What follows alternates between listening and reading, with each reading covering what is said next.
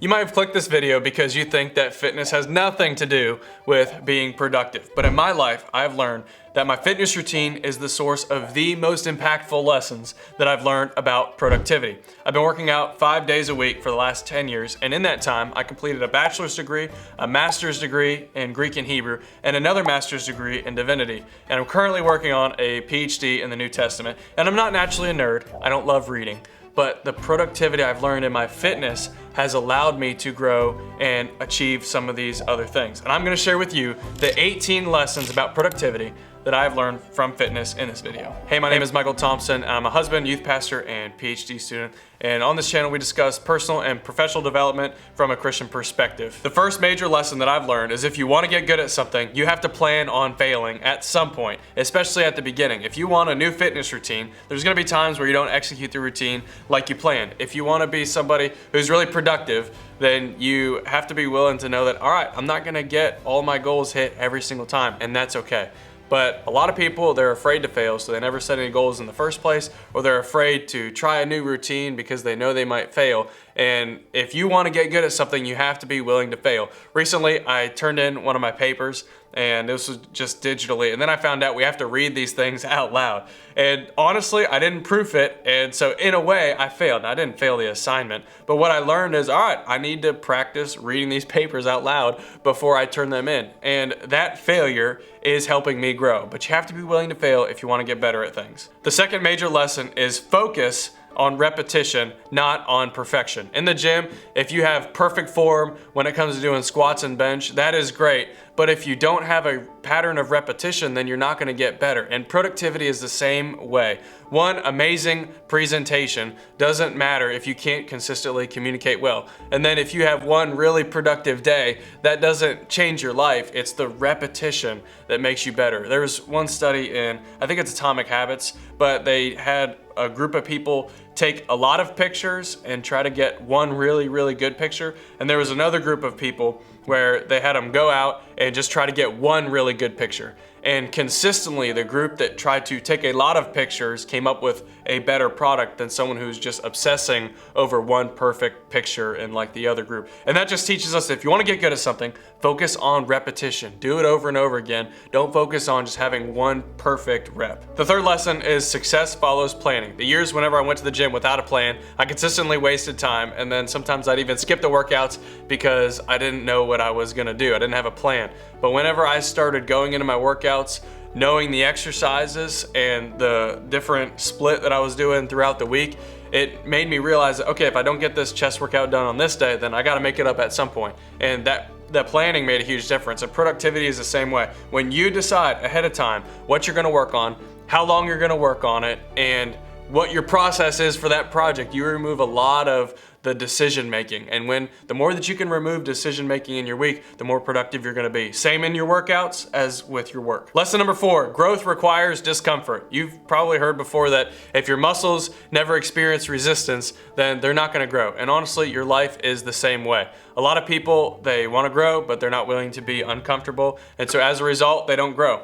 But some of the biggest growth seasons that I've experienced in life, in the gym first, like being uncomfortable doing the push-ups and feeling the burn is what strengthens the muscle. And it's the same way when you're going through a hard class, or your boss asks you to take on a new responsibility, or public speaking, or leadership. Any of these things that make you uncomfortable, that's what causes you to grow. So if you want to get more efficient and you want to learn a productivity lesson, put yourself in more uncomfortable situations. Lesson 5, your goal determines your process. A power lifter who's trying to lift 1,000 pounds is not gonna train the same way as someone who wants to be able to run a marathon or run an Ironman, okay? These are two different goals requiring a different process.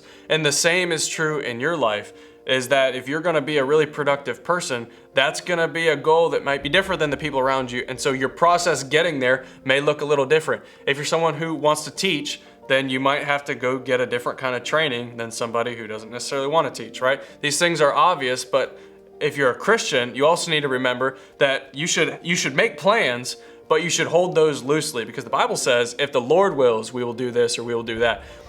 It doesn't mean that you shouldn't set goals. You should set goals. You should have a plan. You should have direction for your life, but just understand that, you know what, God may change that direction and it's okay. But don't say that because God instructs us to hold our plans loosely, that you're just gonna not plan at all, because that's probably not a really wise use of the time that He has trusted you with here on this earth. So if you're going to have a goal, you have to remember that your process to meet that goal is different depending on what your goal is. Lesson 6, you become like the people around you. Fitness has taught me how powerful your environment really is, because if your friends, they don't really work hard and they don't stay disciplined, that influences you in the same way. If you work out with people that are just, they go about their workout kind of easy, they're not really pushing it, well, that is the same as if you surround yourself with people at work who aren't really go-getters, or they're not intense and they complain, they make excuses, they waste time. All that stuff influences you. And so I've learned that in the gym, if you want to have hard workouts, be around the same kind of people. And then if you want to be someone who's productive and is passionate about what they're doing in their work and growing, then be around people who are the same. And honestly, this has totally changed my life, because I've just tried to do my best to surround myself. I haven't always been effective at this, but I've tried to surround myself with people that are pushing me in the direction that I want to go. And also, you might have to change the kind of person you are, because if you just want to be around a lot of productive people, but you waste time every single day in your work, then you might need to change something internally before you can expect those kind of people to even want to be around you. Lesson 7, positive peer pressure is a life hack. There's a reason that gyms use leaderboards. They put it up so everyone can see what one person deadlifted this week or what one person benched, because you're creating accountability. Other people see that board and they say, oh, well, that person did this, so I'm gonna push myself, right? You can do the same thing when it comes to your productivity. If you wanna read a certain amount of pages, you have a new goal in writing that you wanna achieve, then you can make a little leaderboard. I like to do this with Google Sheets. I just put different days for every single week, and then I have a friend come into that same Google Sheet and I share it. I say, all right, we're both gonna enter the hours that we put towards this project for the next 3 months. And that is a accountability system. I'm basically having someone else look at the time I'm putting in and helping them hold me accountable. So if you wanna achieve certain studying or business goals or whatever, then get some more people who are gonna help hold you accountable and create an environment for positive peer pressure. I learned that when it comes to fitness, be around those kinds of people that are pushing you with leaderboards in the gym and those kinds of things. You can apply that same thing to make you more productive. Lesson 8, balance prevents burnout. A lot of people, they burn out because they try to change their entire life overnight. And if you've never worked out before, it's not a good idea to just start with 90-minute workouts 5 days a week. That's too big of a commitment. Start small. Consistency is what you want when you're starting a new habit. And remember, you're changing the kind of person that you are. When you're trying to become a person who works out, it's better to not just do one workout for 60 minutes a week, but do 6 workouts for 10 minutes, because each day, 6 workouts for 10 minutes, like across 6 different days, because now what you're doing is you're saying, every day I do this because I'm this kind of a person. So right now I can study for longer periods of time because I've been building that muscle over time. But at one point I had to start small. Recently, the last few weeks, I'm doing an hour and a half of reading 5 days a week. I could not have done that a couple of years ago, but I'm continuing to push myself and I'm continuing to try to grow in this area. So that sustainability in the beginning, starting small, has allowed me to grow and scale my studying over time. Same with the gym, okay? If you're someone who you want to start working out, start small, and that same lesson you can apply to your reading. Start small, and then over time, scale. So start with 10 minutes. Is there something that you want to get better at? Just do it 10 minutes a day, 5 days a week, and then over time you'll notice that you'll get better and better, and you'll have more of a threshold to increase that time to where you can one day do that hour and a half workout 5 days a week. But you didn't start there. You started smaller and then you scaled up. Lesson 9, it is really easy to fall out of routine. I've noticed that my routines can easily scale back, or I can forget to do them because of vacations or holidays or travel, even summer schedules. Like after a year of consistently executing one thing, I noticed that if I am not intentional in another season of the year, it's easy to just stop doing whatever that routine is. But I have noticed that with fitness, I've got to the point where I miss it whenever I miss having the opportunity to work out. Like my body doesn't feel as good on the days that I don't work out. Well, that's the positive side of building up a habit for a long period of time. When you build those systems, then eventually your body is used to it. But you have to remember, especially in the beginning days of building those systems, it's gonna be easy to fall out of routine. So be intentional. Instead of falling completely out of routine, how can you scale back to go into this next season of the year and keep working on your goals, even if it's not an hour or even if it's not as long as what you normally would. Lesson 10, momentum matters more than you think.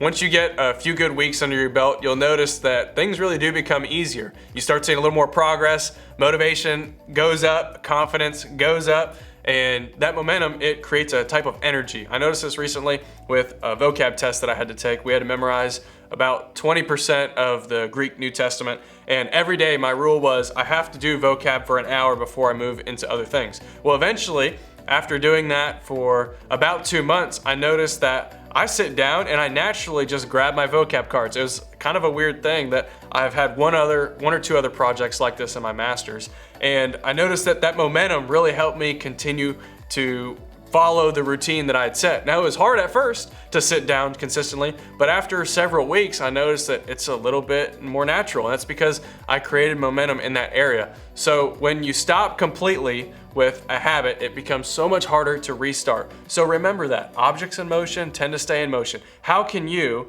continue doing that goal that you wanna, the steps to that goal that you wanna achieve, whatever, how can you continue to do that in a season where you don't have as much time? That way you don't lose the momentum. You're still working towards that goal of maybe you're memorizing Greek words too, or whatever. You're still working towards that goal, but you're doing it in a smaller way so that you don't have to totally stop because you're keeping that momentum alive. Lesson 11, do something every single day. You say, Michael, why do you keep saying that? Because that is the way that I changed some of the areas in my life. I just committed 10 minutes a day to whatever it is that I wanted to change. And in a year, I learned guitar doing that. And then in my fitness, that was something that I was able to scale up and be more and more intense with.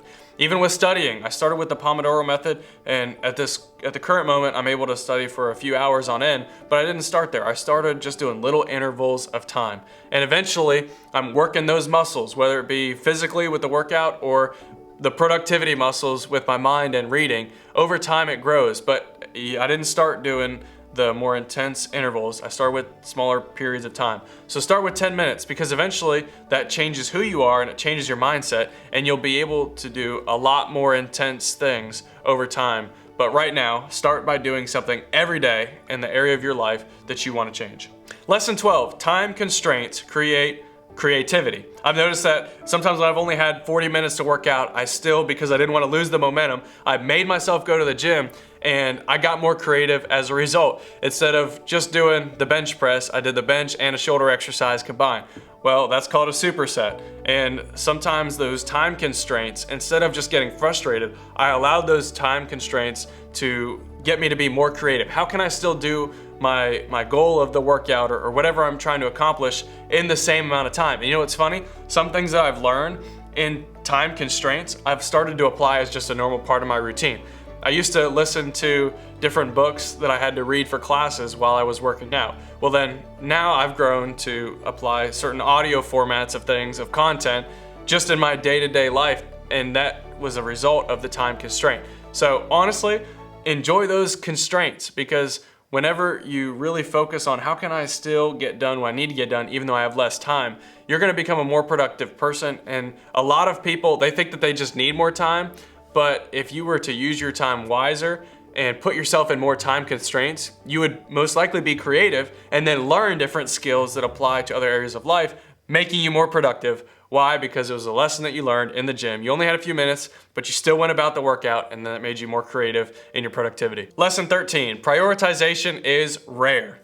In fitness, it constantly forces you to prioritize. Do you sleep in or do you train? Do you eat intentionally or just whatever tastes good or sounds good in the moment? And honestly, a lot of people struggle with prioritization, but if you focus on a gym routine, that is a daily opportunity for you to learn how to prioritize something in your life. And then whenever you step back, that skill of prioritization you can use in other areas as well. And if you can identify what matters most in your day, you know, your relationship with God first, your family second, your work third, your gym fourth, but in this certain season, you're trying to grow in your fitness. So gym comes just above work in this season. Whatever it is for you, when you prioritize consistently. And the gym is another area of your life that you could be working on that can teach you prioritization skills that will help you in other areas of your productive life. Lesson 14, your physical health helps your mental performance. Some of my best academic ideas have come during a run or during a workout. And I spend a lot of time thinking about how I'm gonna word this argument, and then I take a break, I go for a walk, I go for a run, and I actually don't walk that often. I usually either jog or lift weights. So I go do something like that, and then my mind continues to work on these problems, and I notice that I'm more creative when I'm exercising. That has been something that I would not have guessed would happen. But when I work on my physical health, I'm able to study for longer times because I have a healthy body, it leads to a healthy brain. And when you do something hard physically every single day, your brain becomes more and more callous to doing hard things in general. And then when you have a challenge that comes up at work, it's easier to just execute that challenge because you're used to doing hard things because you do a hard workout every single day, and that discipline transfers. So keep that in mind whenever you're thinking about whether you should commit to a gym routine or not, because you're thinking it may or may not make you more productive. It will, because when you do something hard every single day in the gym, it helps you do hard things in the other areas of your life. Lesson 15, numbers keep you honest. And we all look at ourselves with a little bit more of an optimistic lens than we probably should. And I say all, most of us do that. I know I do that. I think, oh yeah, I'm a fit person. But then when I start tracking how many miles a week that I run, or I track what I'm actually lifting, I notice, oh, it's not exactly what I thought it was. And I really noticed this with a project. I think, oh, that project's gonna take me 2 hours. I actually tracked the time and I realized that's not true.